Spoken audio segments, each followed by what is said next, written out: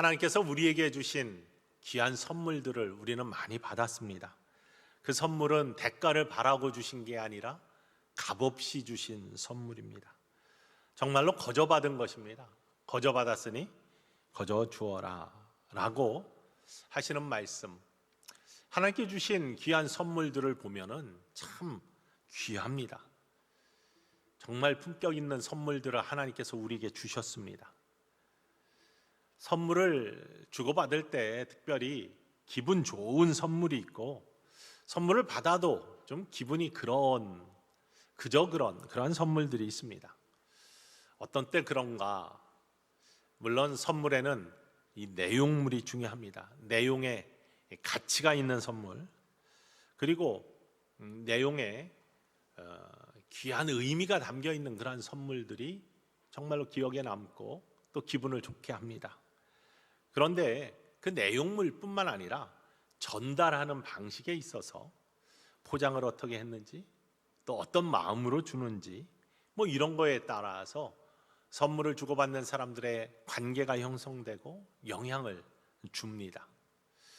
이 선물, 그리고 혹시 주고받음, 나눔에 대한 그러한 책들이 시중에 많이 나와 있습니다.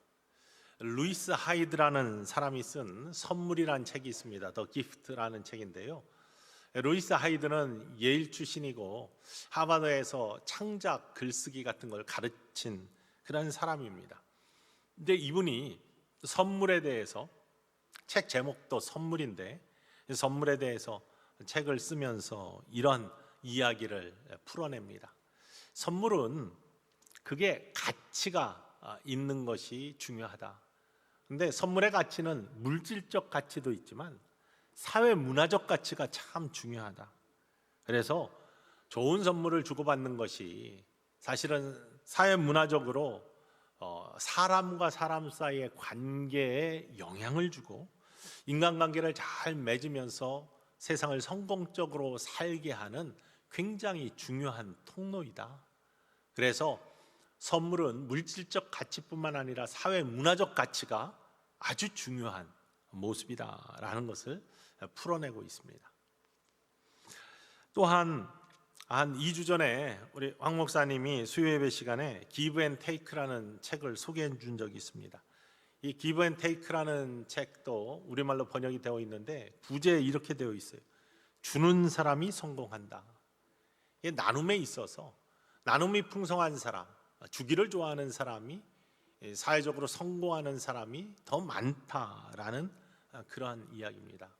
애덤 그랜트라는 분이 쓴 겁니다. 하버드의 심리학을 공부한 분인데요, 이분은 유펜에 있는 와튼 그 학교의 스쿨에서 가르치는 교수입니다. 최연소 테니어가 된 사람이고 조직 심리학을 가르치는 분인데, 와튼 스쿨이 얼마나 유명한 학교냐면 미국의 이제 경영 대학원 또 경영학과의 순위를 매길 때 항상 들어가는 탑 7이 있습니다. 이 학교 나오면은 미국의 어디에서든지 취직이 되고 또 활동하는데 지장이 없는 학교들입니다.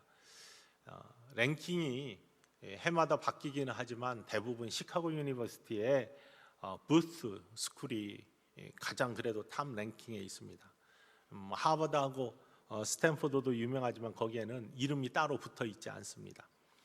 노스웨스턴의 켈로그 학교도 유명하고 MIT의 슬론 학교도 참 유명합니다. 그런데 이 유펜의 와튼 스쿨은 많은 유명한 사람들이 나온 학교이기도 합니다. 그리고 굉장히 강한 최고 오래된 경영 학부를 가지고 있는 학교입니다. 여기 출신들이 요즘 미국에서 잘 나가고 있는데요, 도널드 트럼프 앞으로 대통령 다시 취임할 분이 여기 나왔고, 테슬라의 일론 머스크도 이 와튼 스쿨 출신입니다. 워렌 버핏도 와튼 스쿨 들어갔다가 중간에 네브라스카로 옮기기는 했지만 이 학교 출신들이 굉장히 많이 있습니다. 그런데 이 학교의 최연소 교수가 되어가지고 가장 유명한 활동하고 있는 이 애덤 그랜트라는 사람이 쓴 이 Give and Take라는 책에서 이 나눔이라는 것이 얼마나 중요한지, 특히 부는 것을 좋아하는 사람이 인간 관계 형성에 있어서 굉장히 사회문화적으로 강한 영향력을 가지고 있고, 그래서 성공하는 확률들이 높다라는 것을 이야기하고 있습니다. 이 애덤 그랜트가 쓴 책 중에는 오리지널스나 Think Again 같은 우리나라에도 잘 소개되어 있는 굉장히 앞서가는 책들이 있거든요. 근데 이분의 분석에 의하면은 특별히 사람들 사이에 이 주고받는 선물에 있어서 평생 기억나는, 그래서 마음에 새겨진 그 선물은 선물이 중요한 게 아니라 그것을 준 사람이 중요하다는 것이죠. 여러분들은 어떻게 받은 선물 중에 평생 이건 잊지 못할 선물인데 라는 것이 계십니까? 이 잊지 못할 선물, 근데 그 선물을 준 사람이 누구인지 기억나지 않습니까? 이 평생 기억할 만한 선물, 그것은 물론 내용이 참 중요합니다. 가치 있는 거, 특히 비싼 거, 아주 비싼 거 받았을 때 기억이 나겠죠. 그런 물질적 가치도 참 중요하지만 의미 있는 선물을 받았을 때 굉장히 가슴에 감동이 되고 벅찹니다. 우리가 잘 아는 오엘리의 크리스마스 선물이라는 그러한 단편 소설은요, 다른 게 중요한 게 아니라 자기의 모든 것들을 다 투자해서라도 남에게 주는 선물이 정말 의미 있고 가치 있는 선물을 줄 때 감동이 있고 의미가 있다는 것을 전해주고 있잖아요. 남편에게는 시계줄을, 부인에게는 빗을, 자기의 모든 것들을 다 희생해서라도 남에게 필요한 것들을 선물로 주는 것, 그 내용, 의미 있는 것이 얼마나 중요한지 알 수 없습니다. 그런데요, 내용도 중요하지만 더 중요한 것이 있습니다. 그것은 전달하는 방식입니다. 종종 TV에 어떤 최아무개라는 탤런트가 나와서 부인한테 평생을 무슨 깜짝 이벤트를 늘 한다 뭐 해서 모든 남자들의 원성의 대상이 되는 그런 사람이 있습니다. 근데 무슨 선물을 하더라도 잘 준비를 해서 이벤트를 하면서 준다는 거예요. 그러면은 그것이 늘 새롭게 감동이 된다는 것이죠. 하나의 선물을 포장을 해도 의미가 있게, 그리고 정성을 다해서 선물을 포장해서 주는 거하고, 길에서 주웠어 하면서 그냥 있는 그대로 주는 거하고 어떤 것이 더 마음을 담아 전달하는 선물이 될까? 그리고 받는 사람이 그것을 통해서 어떤 감동을 누릴까? 남에게 받은 그대로를 내가 쓸모가 없으니까 그냥 남이나 주자 하고서 주는 그런 나눔은 과연 의미가 있을까? 여러분, 하나님께서 우리에게 주신 선물들을 살펴보면 얼마나 품격이 있는 선물인지 알 수 없습니다. 그 내용도 또 전달하는 방식도 하나님께서는 우리에게 귀한 선물 주셨습니다. 우리는 복음이란 선물을 받았습니다. 그 내용은 다른 것이 아닙니다. 정말 가치 있는 구원과 영생이라는 내용을 그 복음이란 선물 안에 담겨져 있죠. 그리고 그거를 포장하고 전달해 주는 방식은 영원히 변하지 않는 하나님의 말씀으로 그것을 잘 포장해 우리한테 최선을 다해서 전달해 주고 계십니다. 그러니 복음이 얼마나 값진 하나님이 주신, 거저 주신 선물입니까? 사랑도 마찬가지입니다. 하나님께서는 우리를 자녀 삼아 주셨습니다. 우리 구주 예수 그리스도를 영접하는 자, 곧 그 이름을 믿는 자에게는 하나님 자녀가 되는 권세를 주셨습니다. 그러한 자녀 삼아 주신 사랑의 선물을 받은 사람들입니다. 근데 그 사랑을 어떻게 전달해 주었습니까? 하나밖에 없는 독생자 외아들의 목숨값으로. 그 전달하는 십자가의 사랑이, 십자가의 희생이 우리를 감동시켜 주시지 않습니까? 은사도 마찬가지입니다. 하나님은 우리에게 여러 은사를 주셨습니다. 은사는 하나님께서 주시는 영적인 선물입니다. spiritual gift. 그것은 능력이기도 합니다.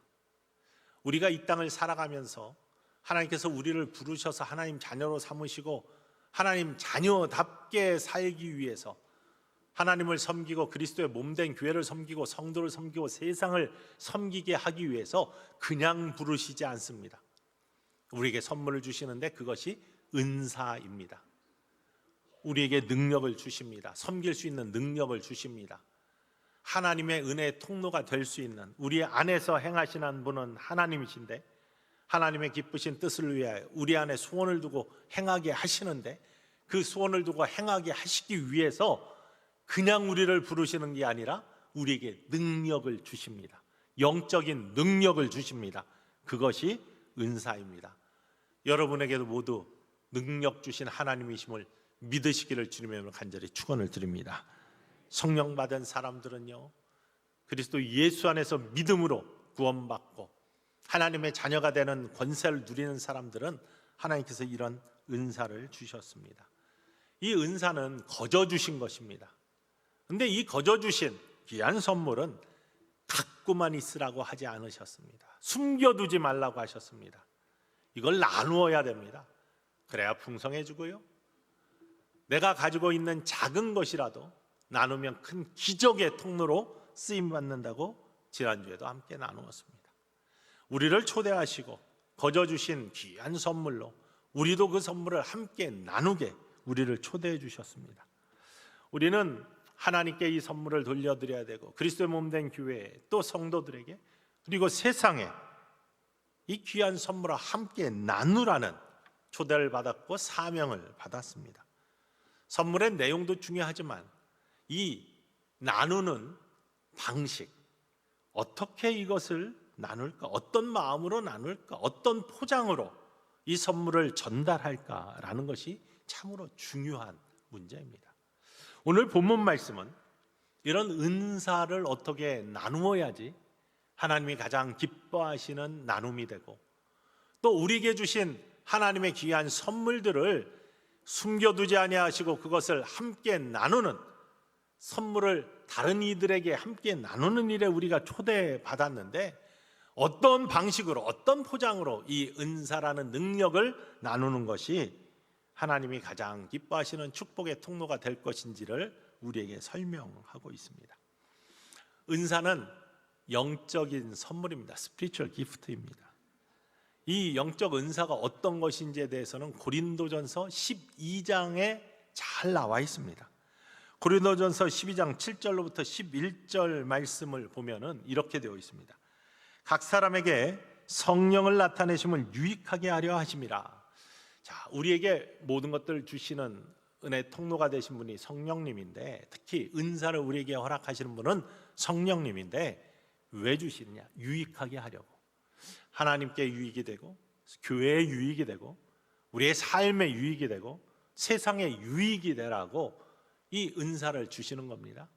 그러면 유익이 되려면 감춰두고 있으면 유익이 될 수가 없습니다. 써야지 유익이 됩니다. 무엇인가 사용하고 그것을 통해서 하나님의 역사가 드러나야지 그게 유익한 것이 되는 것이죠. 그러니 예수님께서는 받은 달란트 감춰두지 말고 꺼내 쓸 때 착하고 충성된 종이라는 칭찬받는 종이 된다고 말씀을 하시는 겁니다. 유익하라고 주신 이 성령의 은사 무엇이냐? 8절부터 보시면 이렇게 되어 있습니다. 어떤 사람에게는 성령으로 말미암아 지혜의 말씀을, 지혜가 은사다라고 우리에게 말씀해 주고 계십니다. 어떤 사람에게는 같은 성령에 따라 지식의 말씀을, 지식도 은사다라고 그렇게 우리에게 말씀해 주고 계십니다. 다른 사람에게는 같은 성령으로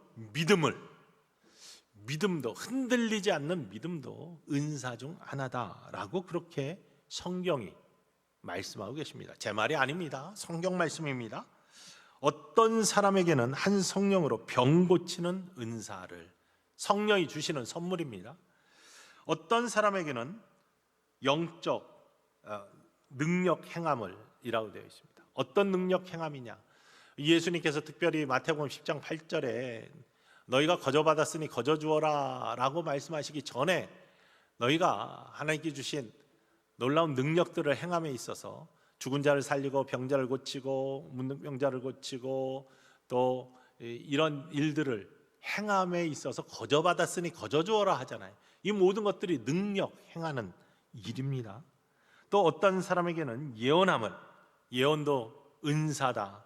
어떤 사람에게는 영들 분별함을 해서 이것이 하나님의 음성인지 아니면 사단의 속삭임인지, 이것이 하나님이 원하시는 선하고 온전하신 뜻인지 아니면 이것이 세상의 영이 유혹하는 미혹의 길인지, 이런 것들을 분별하여 그 길을 안내하는 모습들, 이것도 은사입니다. 다른 사람에게는 각종 방언 말함을, 하나님께서 방언을 은사로 우리들에게 주십니다. 어떤 사람에게는 방언을 통역함을 주시나니 해서 고린도전서 12장에는 이렇게 여러 가지 은사를 소개하고 있지만 이것이 은사의 전부는 아닙니다. 각 사람에게 하나님이 필요에 따라서 11절 말씀에 이렇게 되어 있어요. 이 모든 일은 같은 한 성령이 행하사 그의 뜻대로 각 사람에게 나누어 주시는 것이니라. 하나님께서 우리들을 부르실 때 하나님이 그 사람에게 주어진 사명과 또 각 사람에게 하나님의 뜻에 의해서 능력을, 다른 능력들을, 다른 은사들을 부어주셔서 그 능력으로 말미암아 주님을 섬기고 교회를 섬기고 성도를 섬기고 세상을 섬기도록 각 사람에게 각각의 삶의 목적에 따라서 이 은사를 나누어 주셨다고 했습니다. 하나님 뜻대로 그렇게 주신 겁니다. 나에게는 왜 이런 은사가 없나 고민하지 마십시오. 하나님께서 여러분에게 주신 은사는, 능력은 여러분에게 가장 필요한, 여러분을 쓰시기에 가장 합당한 하나님의 뜻에 합한 능력을 하나님이 주셨다는 것입니다.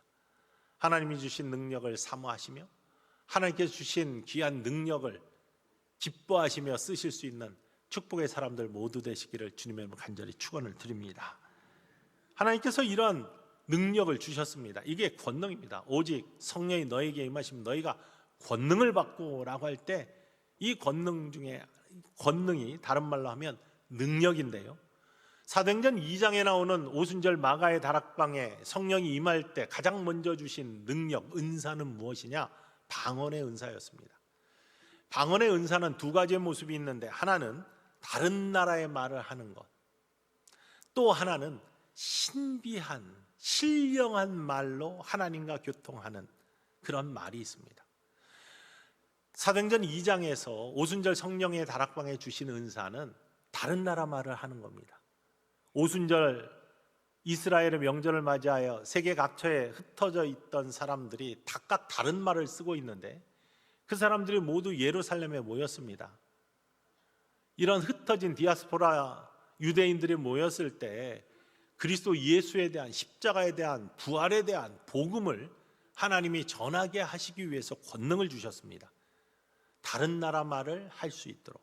그 말을 들으면서 많은 사람들은 이들이 세술에 취했나? 이렇게 할 정도로 그들의 말은 확실했고 담대했습니다.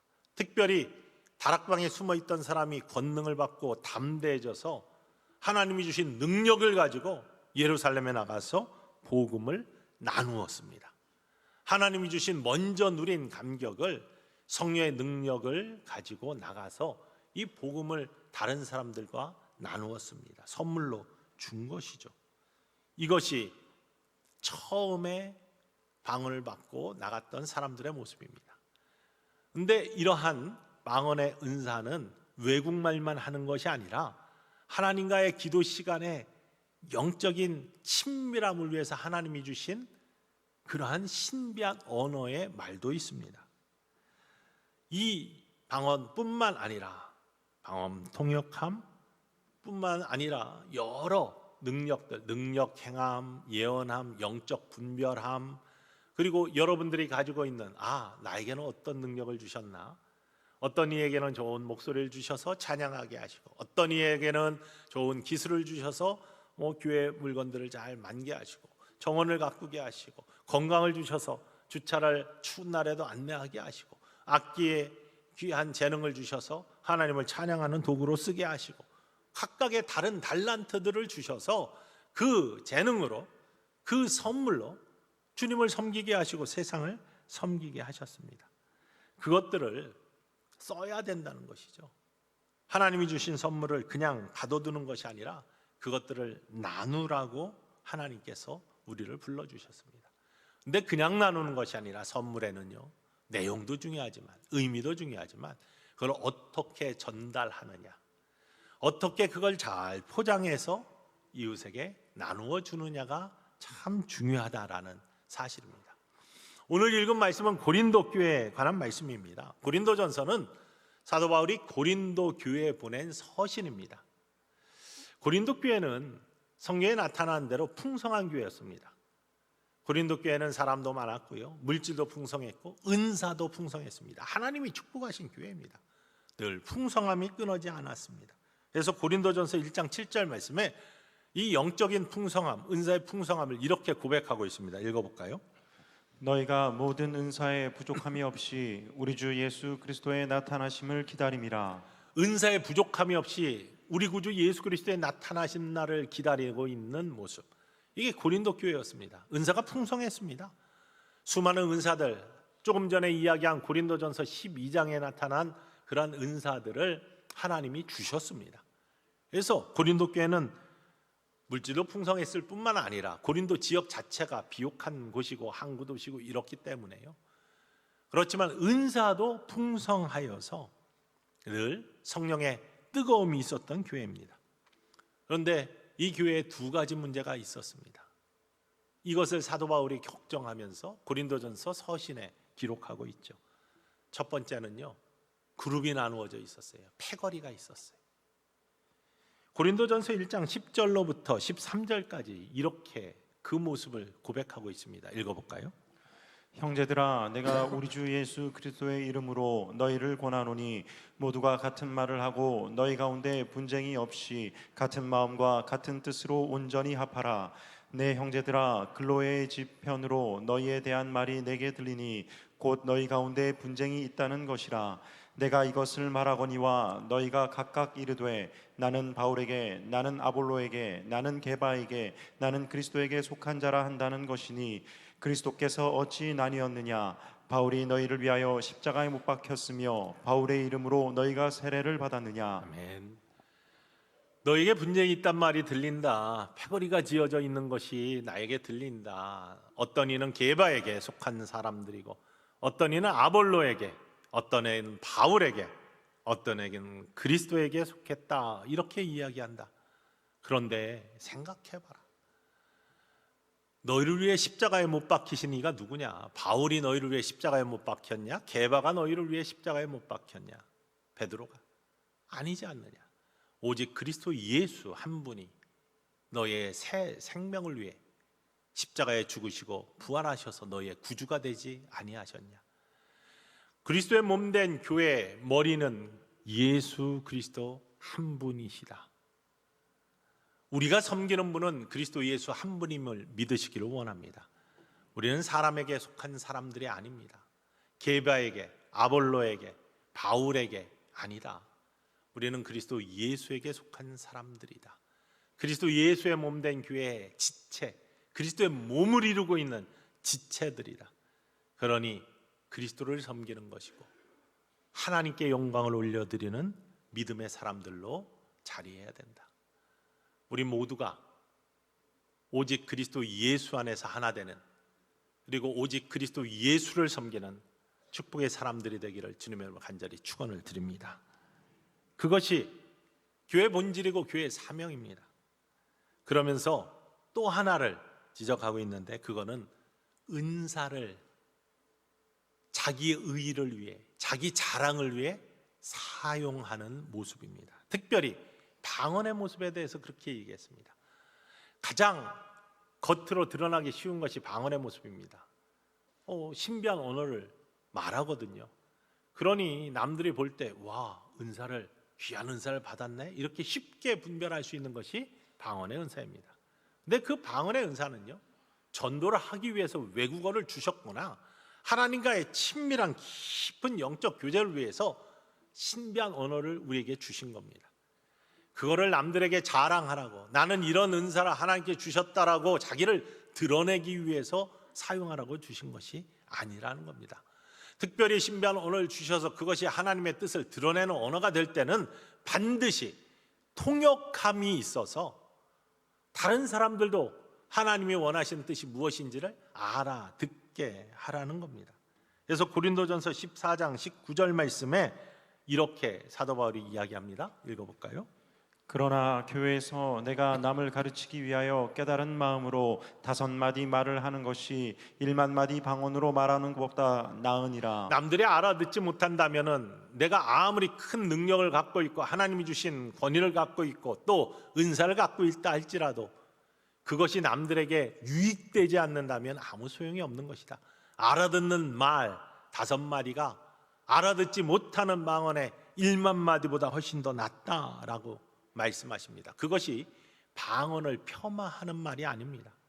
방언 참 중요하다. 그렇지만 그것을 자기를 드러내는 자랑의 수단으로 그리고 남을 업신여기는 수단으로 사용해서는 절대 안 된다. 우리에게 주신 하나님의 선물을 나눔에 있어서 나눔, 전달의 방식과 포장하는 모습 속에 정말로 나의 의나 자기 자랑이 들어갈 때 그것은 하나님의 영광을 가리는 축복의 통로가 될 수 없는 안타까움으로 빠져 들어가는 것이다. 고린도전서 14장 27절과 28절에도 그래서 이렇게 말씀하십니다. 읽어볼까요? 만일 누가 방언으로 말하거든 2사람이나 많아야 3사람이 차례를 따라하고 1사람이 통역할 것이요 만일 통역하는 자가 없으면 교회에서는 잠잠하고 자기와 하나님께 말할 것이요. 통역하는 자가 없으면 못 알아듣는 말 뭐 자랑하느라고 남들한테 그렇게 과시하느냐. 교회에서는 잠잠하고 통역하는 자가 있을 때 방언을 이야기해라. 그러니까 이거 어떤 것이 유익한 것인지 어떤 것이 남을 배려하는 것인지 그 안에 전달하는 통로가 도대체 어떤 마음으로 전달하는 것인지에 이야기하고 있습니다. 그러면서 고린도전서 14장 39절과 40절에 이렇게 마지막으로 이야기합니다. 읽어볼까요? 그런즉 내 형제들아 예언하기를 사모하며 방언 말하기를 금하지 말라. 모든 것을 품위 있게 하고 질서 있게 하라. 자, 은사는 다 중요하다는 겁니다. 방언이 소용없다는 것이 아닙니다. 예언하기도 사모하고 방언 말하는 것도 금하지 말라. 하나님이 주신 은사는 다 중요하다. 근데 이것을 품위 있게 하고 질서 있게 하라라고 말씀하십니다. 그래서 품위 있게 하고 질서 있게 하라는 것은 유익되게 하라는 겁니다. 그러면 어떻게 하는 것이 유익되게 하는 것이냐? 끼리끼리 자기 좋은 사람들끼리만 모여가지고 자기들만 즐거워하고 자기들만 나누는 그러한 삶이 과연 품위 있는 삶이고 질서 있는 것이냐? 그렇지 않다는 것이죠. 자기 의를 위해 자기 자랑을 위해서 하나님이 주신 귀한 선물들을 자기만 만족하고 자기를 과시하기 위해 사용하는 것이 품위 있는 일이냐? 질서 있는 일이냐? 그렇지 않다는 것입니다. 사실 은사는 선물이라고 했습니다. 하나님 주신 영적인 선물이라고 했습니다. spiritual gift. 이걸 어떻게 주변과 나누느냐라는 것이 굉장히 중요합니다. 고린도전서는요, 우리가 잘 아는 것처럼 각각의 장마다 특징이 있는 장들이 있습니다. 12장을 우리는 은사장이라 부르고 13장을 사랑장이라 부르고 15장을 부활장이라고 부릅니다. 대부분의 내용들이 거기에 집중되어 있기 때문입니다. 그런데 고린도전서는 고린도 교회에 보낸 사도 바울의 편지입니다. 통편지입니다. 성경에 장수와 절수가 붙기 시작한 것은 오래되지 않았습니다. 성경을 장수로 나누기 시작한 것은 13세기에 와서 시작된 겁니다. 영국의 캔터베리 대주교였던 분이 13세기에 성경이 읽기가 힘드니까 특히 이때는 성직자들만 성경을 읽었거든요. 그러니 장수를 좀 나누어 가지고 구분해서 성경을 읽었으면 좋겠다. 그래서 장수가 나누어지기 시작했고요. 절수는 더 쪼개어서 16세기 종교개혁 이후에 평신도들이 성경을 읽기 시작하면서 성경을 좀 잘 읽기 위해서 절수가 붙은 겁니다. 그러니 고린도전서에 1장, 2장, 3장, 16장 이렇게 붙은 것이 나중의 일이에요. 원래 사도 바울이 서신을 쓸 때는 장절수가 없었습니다. 그러니 은사에 대해서 쭉 설명한 다음에 우리가 보통 사랑장이라고 하는 13장 1절부터 우리는 구분하여서 읽지만 사실은 계속 이어지는 편지입니다. 12장의 은사에 대해서 쭉 설명했습니다. 은사가 이렇게 귀중한 거예요. 은사는 성령이 주신 것이고 유익하게 하기 위해 주신 것이고 큰 은사를 사모해야 되며 그 은사를 통해서 하나님의 귀한 일들이 세상에 드러나 이 은사는 선물로 주신 것인데 이 선물은 자기만 갖고 있지 말고 세상과 나눠야 돼요. 하나님께 드려야 되고 교회를 위해 써야 되고 이걸 나눔에 있어서 하나님의 놀라운 영광이 드러나고 기적의 역사들이 나타남을 고백하면서 그런데 이 은사가 끼리끼리만 아니면 자기 자랑을 위해서 자기의 영광을 위해서 자기의 의를 위해서 드러나는 것은 합당하지 아니하다. 거기에 하나님께서 주시는 놀라운 은혜가 있을 수가 없다. 여러분, 하나님께서 우리한테 주신 선물 어떤 모습으로 주셨습니까? 하나님께서 복음을 주실 때, 사랑을 주실 때, 은사를 주실 때는요, 하나님께서 우리에 대한 사랑이 있기 때문에 사랑의 포장지로 그 귀한 선물들을 잘 싸셔서 사랑의 마음을 담아서 우리에게 선물을 전달해 주셨습니다. 그 증거가 예수 그리스도의 십자가의 놀라운 은혜이고 독생자 외아들의 목숨값이고 또 모든 것들을 아끼지 아니하시고 우리한테 채워주시는 하나님의 선물입니다. 그것이 우리가 받은 하나님께로부터 받은 거저받은 모든 선물들입니다. 이것들을 나누라고 주셨는데요. 그래서 그 은사를 나누라고 우리한테 말씀하고 계시는데 그 은사를 어떤 포장지에 싸서 어떤 마음으로 전달해야 되느냐, 그거를 고린도전서 13장 1절로부터 이렇게 말씀하고 계신 겁니다. 내가 사람의 방언과 천사의 말을 할지라도, 방언이 뭡니까? 은사입니다. 천사의 말이 뭡니까? 은사입니다. 내가 이런 은사가 있을지라도 사랑이 없으면 소리나는 구리와 울리는 꽹과리가 되고, 아무리 좋은 은사가 나한테 있을지라도 이것이 끼리끼리 아니면 나의 자랑을 위해서 사랑이 없이 사랑의 포장지로 싸지 않고 사랑의 마음으로 전달하지 않으면 아무 소용이 없다. 소리나는 구리와 울리는 꽹과리와 같은 은사가 될 수밖에 없다. 내가 예언하는 능력이 있어 모든 비밀과 모든 지식을 알고, 예언, 지식, 지혜 전부 다 은사 아닙니까? 또 산을 옮길 만한 모든 믿음이 있을지라도, 믿음도 은사라고 12장에 조금 전에 말씀드렸잖아요. 그런데 이런 아무리 좋은 은사가, 하나님 주신 선물이 내게 있을지라도 이걸 전달하는 데 있어서, 이걸 하나님을 위해서, 주님의 몸된 교회를 위해서, 성도를 위해서, 세상을 위해서 씀에 있어서, 선물을 나눔에 있어서 사랑이 없으면 내가 아무것도 아니요. 사랑의 포장지로 싸지 않고 사랑의 마음으로 전달하지 않으면 아무 소용이 없다는 겁니다. 3절에는 내게 있는 모든 것으로 구제하고 또 내 몸을 불사르게 내어줄지라도, 아무리 큰 능력을 행하고 내가 아무리 희생하고 아무리 내 모든 것들을 나누어주는 그러한 행위가 있을지라도 사랑이 없으면 내게 아무 유익이 없느니라. 성령의 은사는 유익하게 하라고 주신 것인데요, 거기에 사랑이 담기지 않으면, 사랑의 포장지로 싸지 않으면, 사랑의 마음이 담겨 전달되지 않으면 그냥 할 수 없이 건네주거나 내가 안 쓰니까 넘겨주거나 그 마음의 형식밖에 남지 않고 진정한 가치가 없으면 아무 유익이 없다라고 성령이 말씀하고 계시는 겁니다. 12장에 이어 13장으로 이어지는 이 사랑장은 다른 것이 아니라, 구별된 장이 아니라 하나님이 우리한테 참 귀한 것을 주셨습니다. 이걸 나누라고 주셨습니다. 특별히 은사, 하나님이 주신 값없이 주신 선물, 영적인 능력입니다. 이걸 나눔에 있어서 사랑이 없으면 아무 소용이 없다. 그 사랑은 끼리끼리 나누는 것이 아니다. 나의 자랑을 위해서 나누는 것이 아니다. 하나님이 나를, 죄인된 나를, 정말로 죽을 수밖에 없는 나를 값없이, 아무 대가 없이 독생자 외아들의 목숨값으로 십자가의 은혜를 베풀어 주셔서 나를 구원해 주신 것처럼 너희도 사랑으로 이 귀한 선물을 전하고 그것이 하나님의 기쁨이 되고 영광이 되게 하여라 라고 우리에게 권하고 계신 것입니다. 하나님의 역사를 써나가시는 귀한 믿음의 자녀들 되시기를 주님의 간절히 축원을 드립니다. 그러기에 하나님이 여러분에게 능력을 주셨습니다. 그 능력은 다른 것이 아니라 영적인 은사입니다. 깨닫건 깨닫지 못하건 하나님이 부르실 때 이미 주셨습니다. 그 귀한 능력 꼭 나누실 수 있기를 주님의 이름으로 간절히 축원을 드립니다. 그때 하나님의 선하신 역사가 여러분 안에서 여러분을 통하여 이전에 일어날 줄 믿습니다. 세상에 전해질 줄 믿습니다.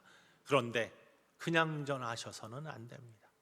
사랑의 포장지로 잘 포장을 하시고 사랑의 마음으로 정성을 다해 전달하십시오. 감동 있는 선물, 품격 있는 선물 속에 하나님의 놀라운 은혜의 역사들이 이 땅에 이루어지는 것처럼 여러분을 통해서 하나님의 놀라운 축복의 역사들이 이 땅에 퍼져나갈 수 있는 아름다운 통로로 쓰임받을 줄 믿고 올 한 해 나눔의 귀한 사역, 특별히 영적인 은사를 나눈 데 있어서 여러분의 심령 속에 하나님이 부어주시는 사랑이 가득하기를 주님의 이름으로 간절히 축원을 드립니다.